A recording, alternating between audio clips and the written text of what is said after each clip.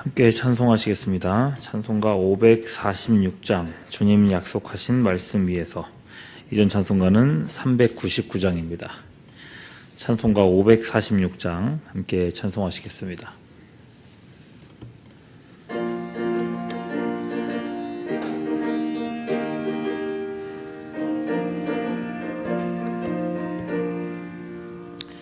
주님 약속하신 말씀 위에서 영원토록 주를 찬송하리라.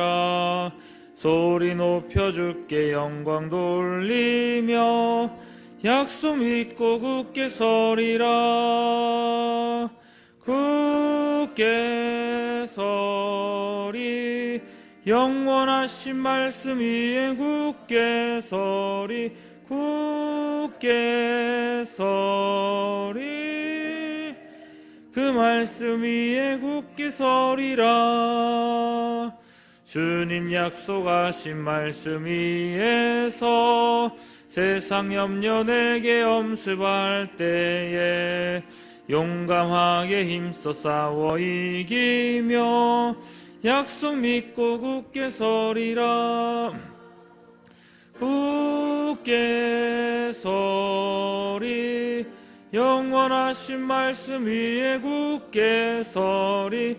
굳게 서리 그 말씀 위에 굳게 서리라. 주님 약속하신 말씀 위에서 영원하신 주의 사랑이 밉고 성령으로 힘써 싸워 이기며 약속 믿고 굳게 서리라. 굳게 서리 영원하신 말씀 위에 굳게 서리. 굳게 그 말씀 위에 굳게 서리라. 주님 약속하신 말씀 위에서 성령 인도하는 대로 행하며 주님 품에 항상 안식 얻으며 약속 믿고 굳게 서리라. 굳게 서리 영원하신 말씀 위에 굳게 서리. 굳게 서리 그 말씀 위에 굳게 서리라. 성경 말씀은 사도행전 2장 37절에서 47절까지의 말씀입니다. 신약성경 190면에 있는 사도행전 2장 37절에서 47절까지의 말씀입니다.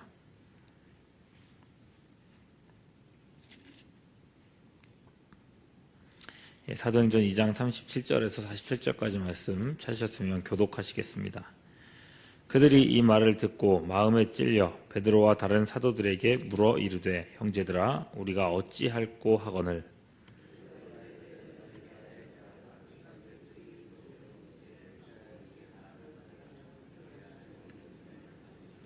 이 약속은 너희와 너희 자녀와 모든 먼데 사람 곧 주 우리 하나님이 얼마든지 부르시는 자들에게 하신 것이라 하고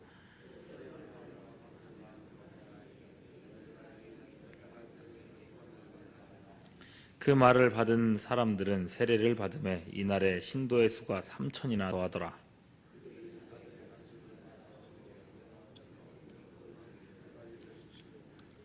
사람마다 두려워하는데 사도들로 말미암아 기사와 표적이 많이 나타나니 또 재산과 소유를 팔아 각 사람의 필요를 따라 나눠주며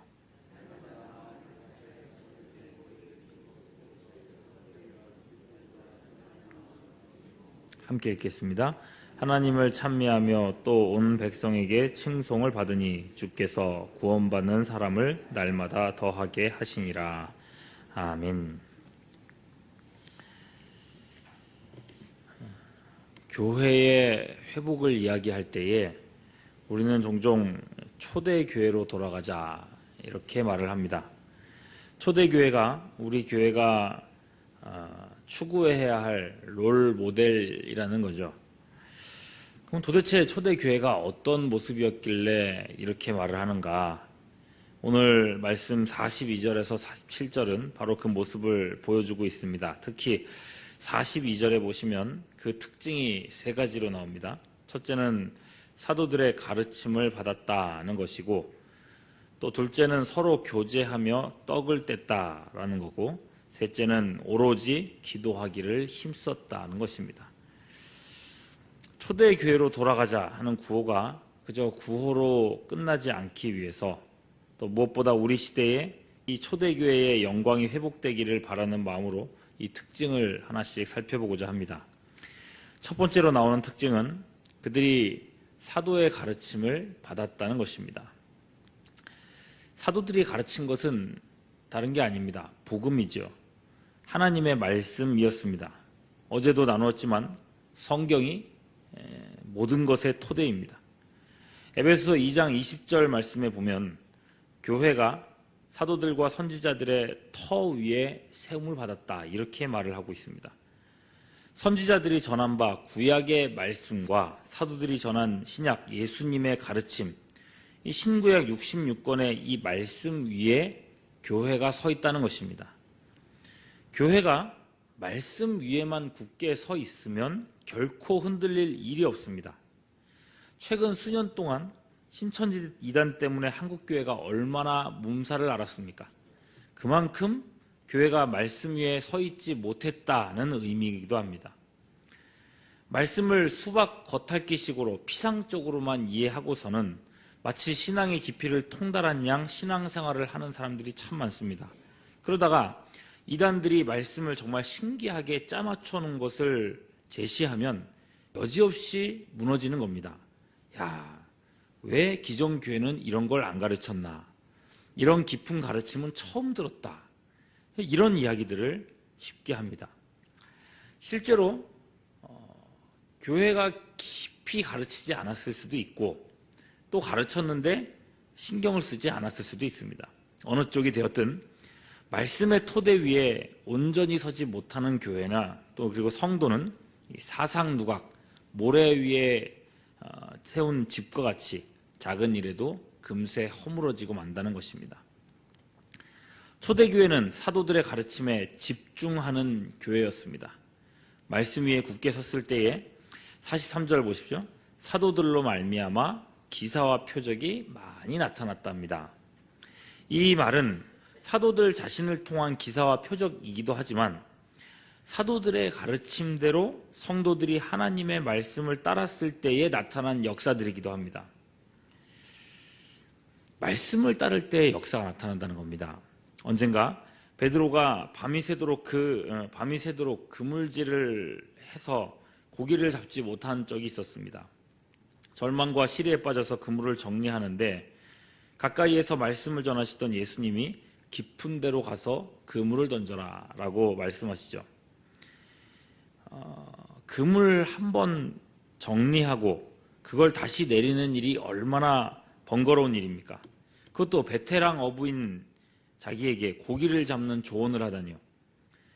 하지만 그때 베드로는 어떻게 반응을 했는가? 누가복음 5장 5절 보면 시몬이 대답하여 가로되 선생이여 우리들이 밤이 맞도록 수고를 하였으되 얻은 것이 없지만은 말씀에 의지하여 내가 그물을 내리리이다.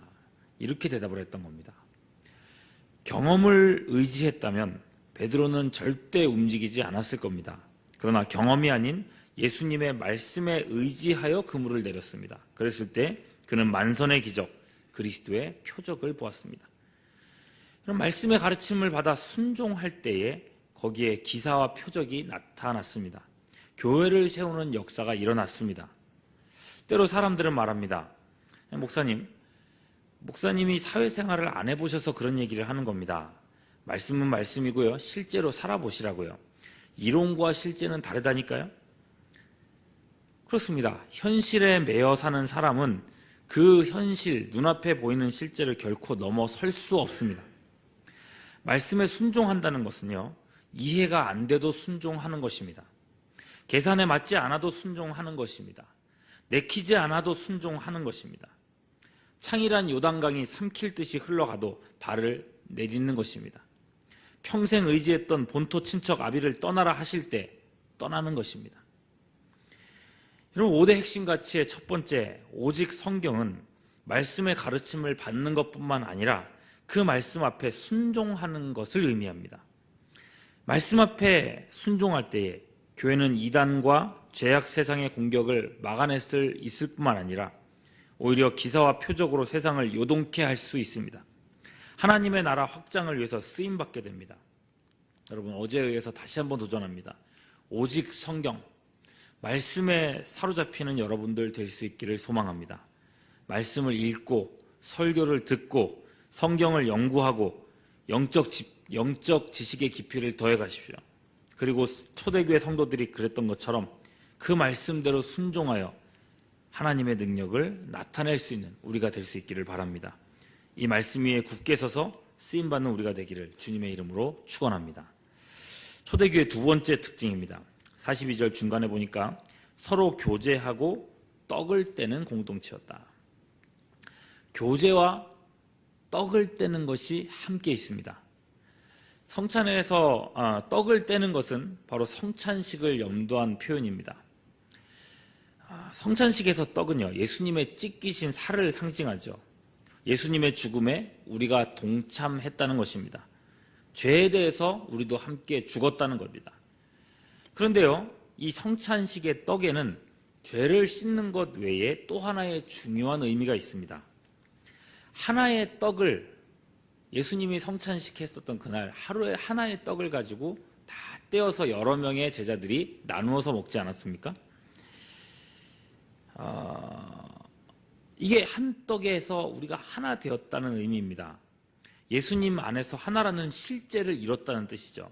그래서 고린도전서 10장 17절은 이렇게 말합니다. 떡이 하나요, 많은 우리가 한 몸이니 이는 우리가 다 한 떡에 참여함이라. 여러분, 초대교회의 교제는 피상적인 것이 아니었습니다. 실질적인 한 몸이었고, 한 몸이라는 말은 또한 한 가족이라는 말이었습니다.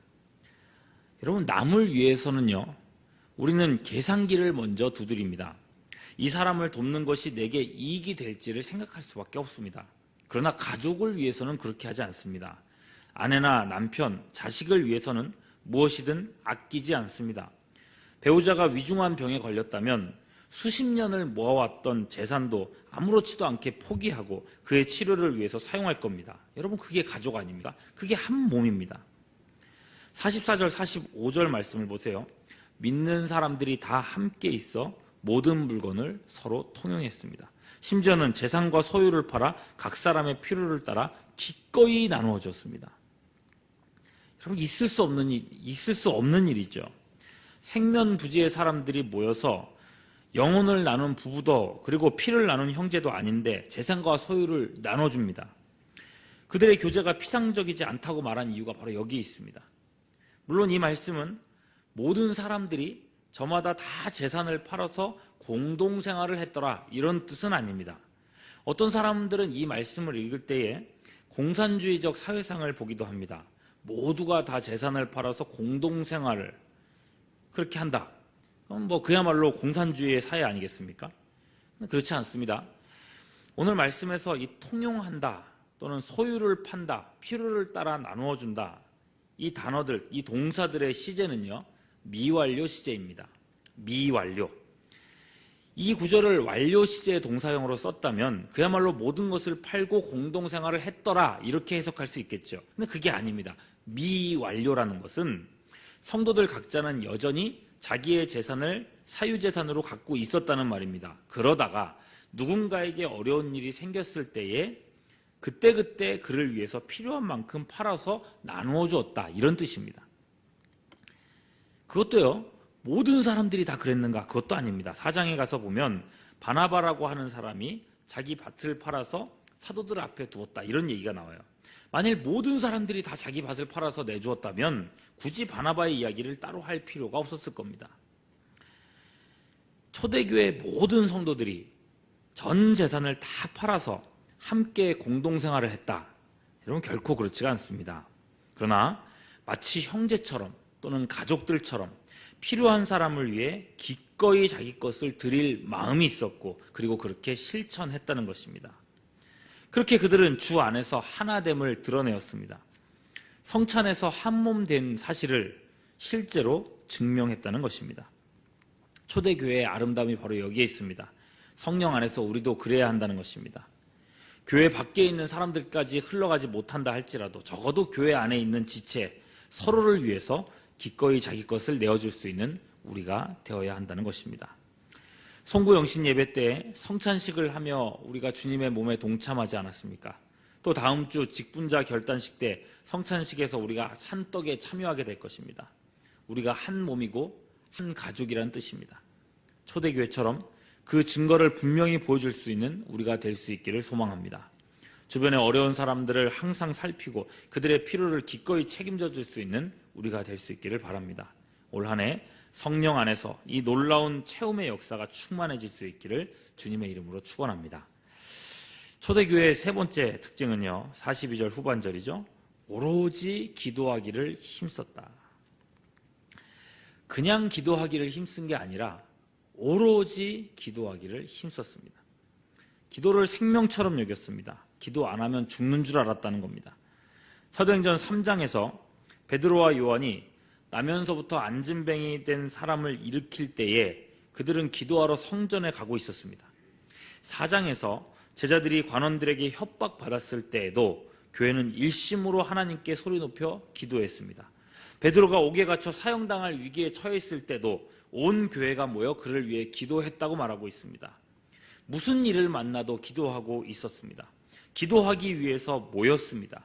시간을 정하여 기도했습니다. 기도는 곧 기적으로 응답되었습니다.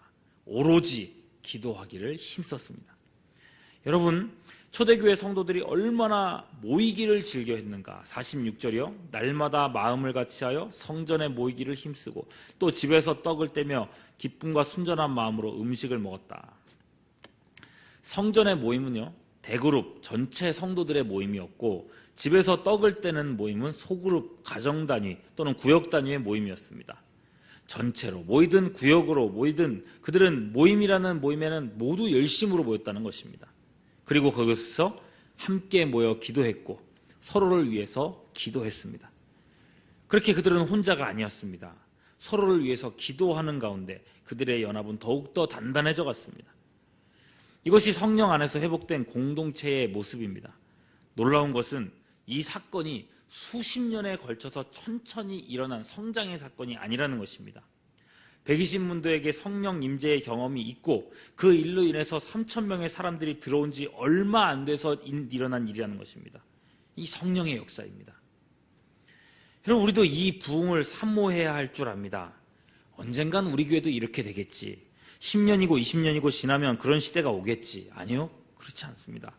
지금 우리가 초대교회의 영성을 회복하지 못하고 주저앉아 있으면 10년, 20년 후는 기약조차 할 수 없습니다. 여러분, 초대교회의 영성을 회복하는 우리가 될 수 있기를 바랍니다.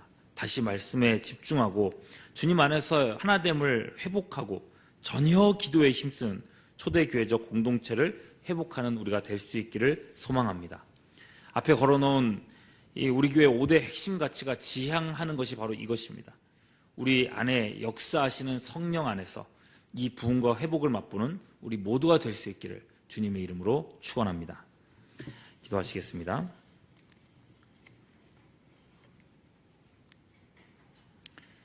우리의 얼어붙은 심령을 녹이시고 녹아진 심령에 불을 붙여 주시옵소서. 남녀노소 할 것 없이 하나님의 말씀에 온전히 잠기기를 원합니다. 서로를 사랑하되 피상적 사랑이 아니라 내 것을 내어주는 헌신이 있게 하여 주시옵소서. 또한 기도마다 기도의 자리마다 가득 차서 함께 부르짖는 역사가 있기를 원합니다. 주님, 우리 교회 모든 성도님들의 심령 안에서 역사하여 주시옵소서. 오늘 아침에도 기도하는 우리 모두와 함께 하시기를 간구하옵고 우리 구주 예수 그리스도의 이름으로